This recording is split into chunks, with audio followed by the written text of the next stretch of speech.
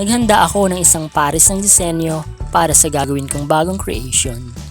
Gamit ang mga recyclable materials tulad ng plastic caps o mga takip ng bote, mga plastic straw na malikhaing nilala upang maging pangunahing detalye ng aking disenyo. Gumamit din ako dito ng mga empty wrappers ng seasoning para sa pambabaeng disenyo.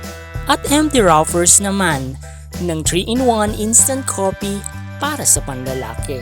Mga lumang tela ang ginamit natin dito at sako ng bigas. Ang mga materyales na ito ay dumaan sa mabusising proseso ng paglilinis.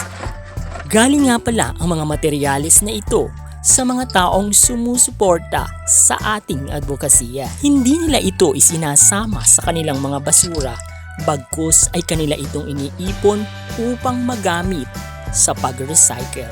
Tulad na lamang ng kasuotang ito. Ang trash na ito ay Filipiniana-inspired na may kombinasyon ng kulay dilaw at kulay pula.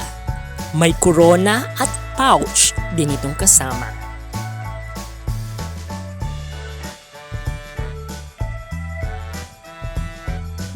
Ito naman ang panglalaking disenyo na aking ginawa. Barong Tagalog inspired ito na nilagyan ko ng butterfly sleeve na karaniwang nakikita sa mga terno o Filipiniana. Ang inyong nakikita ay ang mga natural na kulay ng mga materyales na ating ginamit.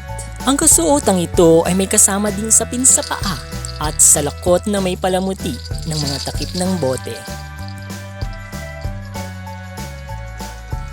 Thank you very much. Hanggang sa muli.